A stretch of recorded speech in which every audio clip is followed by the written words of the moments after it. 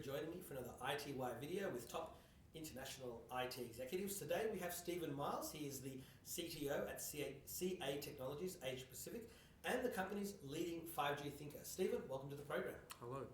So I thought probably best to start off, you've got an extensive background in the telco sector. Just give us a little bit of a wrap around what you've done in those past many years.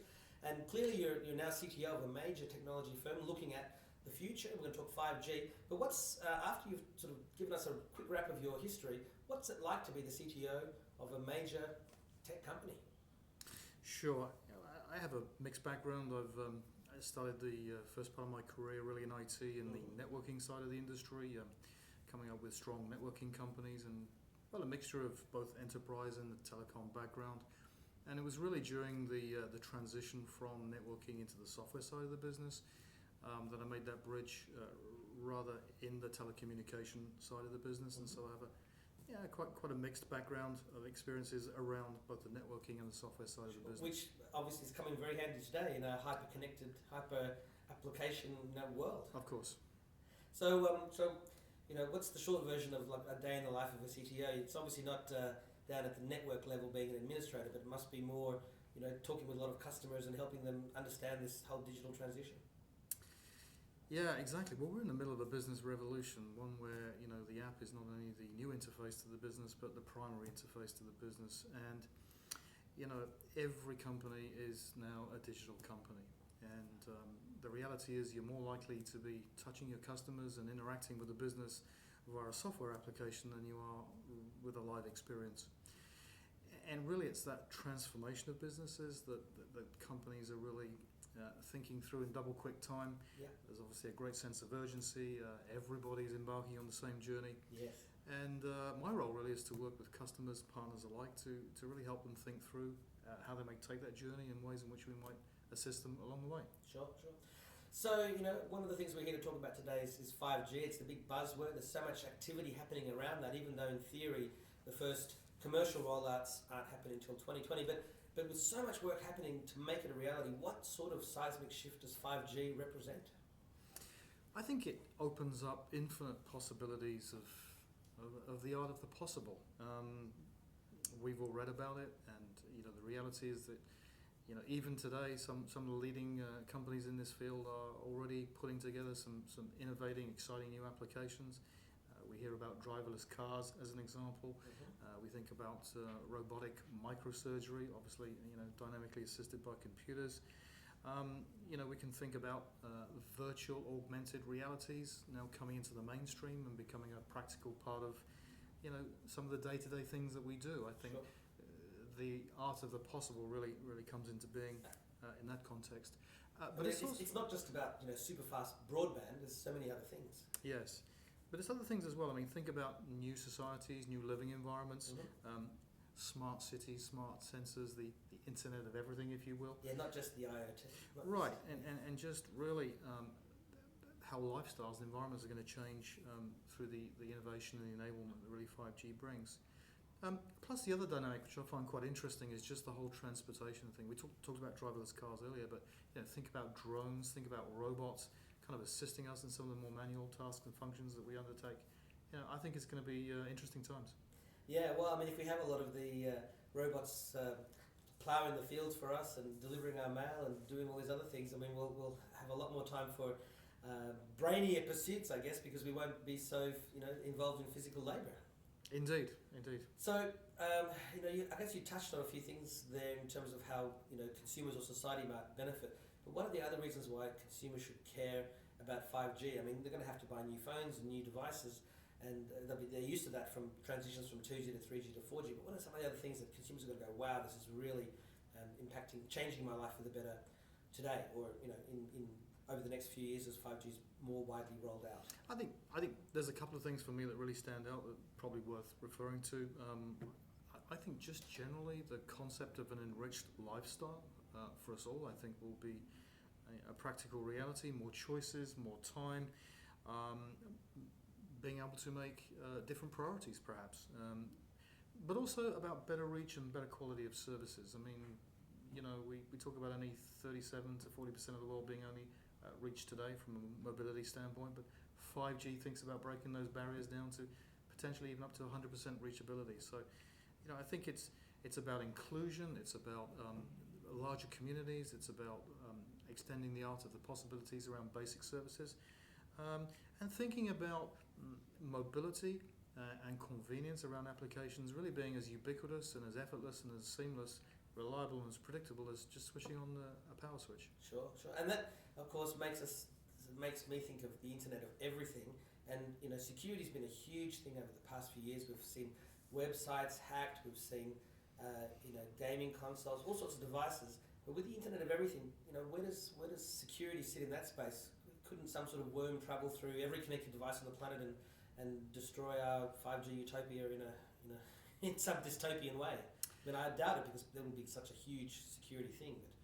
But what are you guys doing to really work on that? It's a great point. And advanced persistent threats, or the nasty stuff, the worms, the viruses that you refer to, all the banking trojans that will remain a constant, and no doubt with more device ubiquity will become a bigger issue.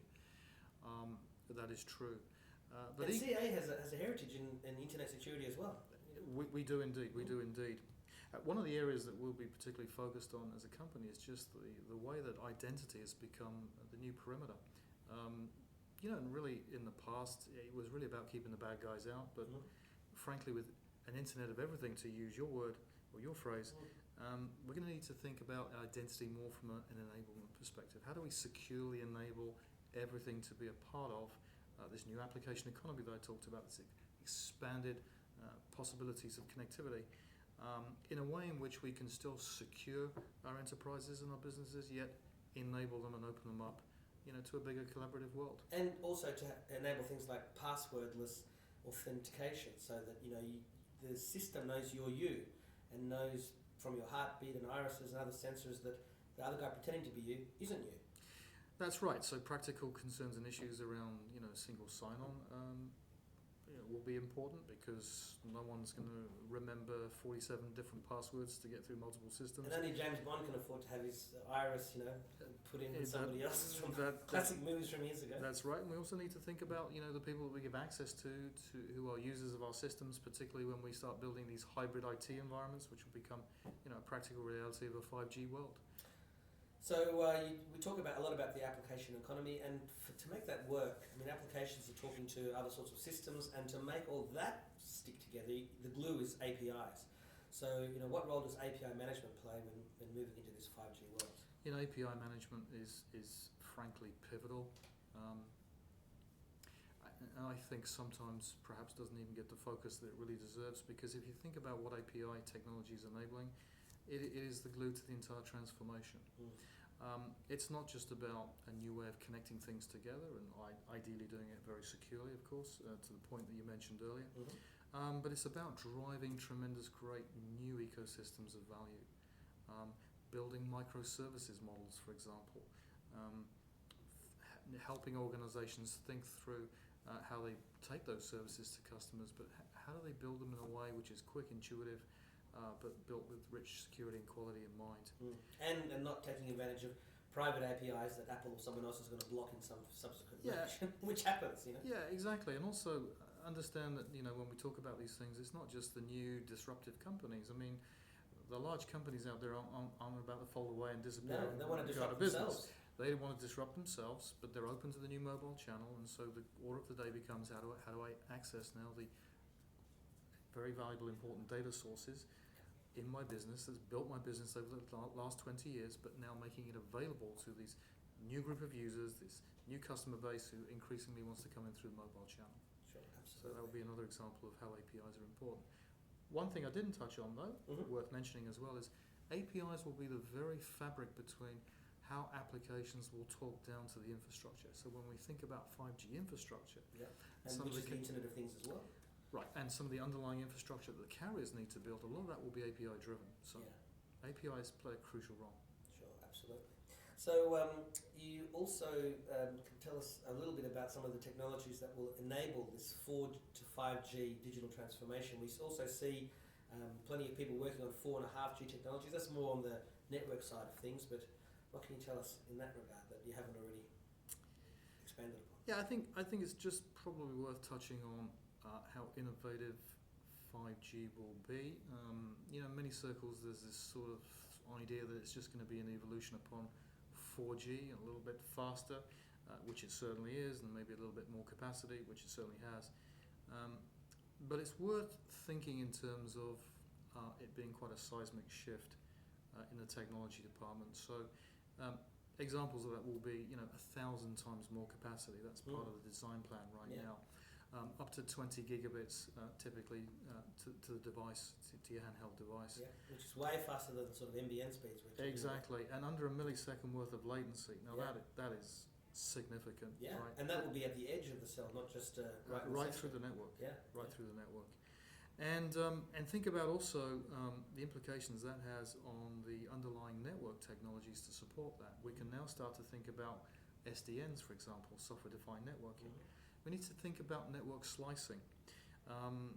If we're a family and we're driving in a car and I happen to be doing some critical business work across the network, I might have my kids in the back just doing some social media activities. Watching videos. Their response time and the amount of bandwidth and or class of service they have shouldn't interfere with what I need. And so network slicing technology is going to make that available not just across the network, but right across the radio access networks, and really truly provide it on an end-to-end basis. Sure. So 5G is really truly disruptive. And by the way, I didn't even talk about battery. I mean, we're going to be talking about battery capacities that really take us, well into some very practical applications, particularly around devices, sensors, with batteries that last, 6 to 9 months, for example. I was at an Intel event in 2007, and they had a section on batteries, talking about silver batteries at the time. Right. And they said that whilst technology improves every 18 months, doubles in power for the processors, they said the battery technology doubles in capacity every 18 years.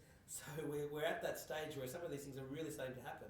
And it's not just about improving the battery chemistries, but having technologies that use less sip on the battery. And that is exactly right. So the focus, perhaps overly so, has been on building better batteries, but in truth, you need wireless technology that's going to be a little bit more generous in terms of the usage of power on devices. And as we improve that technology, the battery technology improves anyway, so we get sort of both bites of the cherry there. Absolutely, yes. Yeah.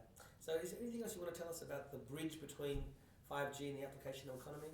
Because that's certainly a really key thing. And I mean, if you really covered most of it, we don't have to focus on it, but I'm sure you want to say something else.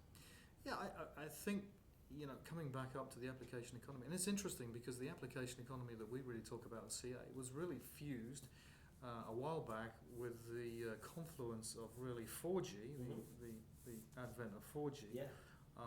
Which is the benefit we're all reaping today. The smart device and the innovation around mobile applications and app stores. Yeah.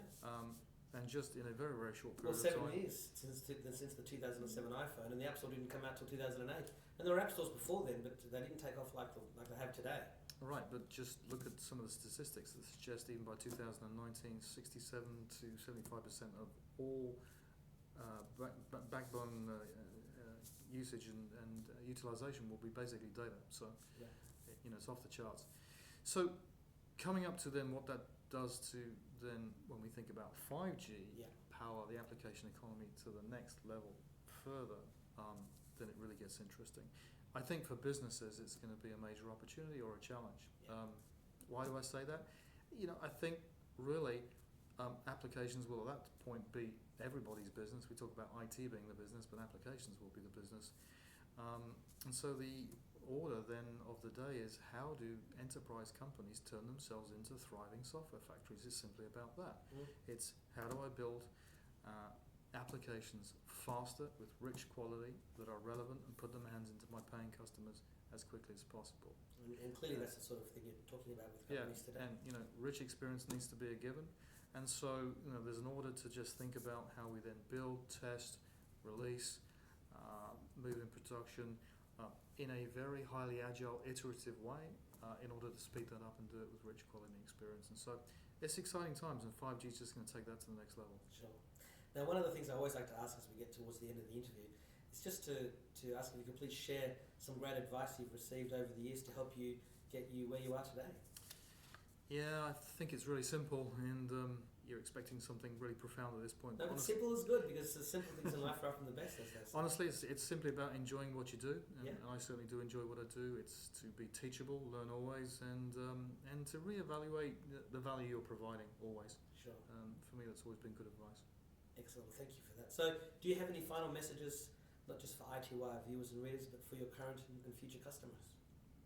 Yeah, I do. I mean, we'd love to talk to you, obviously, and we're in this together, and so we would love to talk to you about how we can help you with your digital transformations and everything you're doing around the app economy. But Sure. I did just want to make one plug, if I could, which Please. is that we have CA World coming up on the 19th to 20th of November. Yeah, and that's in the US. Yeah, less than a month away now, Mhm. and it's in the US, and obviously it's our biggest show of the year, and it's for our customers and partners alike, and it's going to be a great event. So we have some of our newest products and solutions on offer, plus some great customer speakers coming on to contribute, and it's going to be a great event. So if you can be there, join us, and if you can't for any reason, please log on to our website, caworld.com, if it's to even book and register for the event, or if you can't, just to follow us through the course of that week. We'd love to have you there. Thank you. Sure. And of course, iTWire's Stephen Withers will be there reporting, so you can come to iTWire also and check out all the news from the event. Indeed you will. But Stephen, thank you very much, and best of luck. Thank you.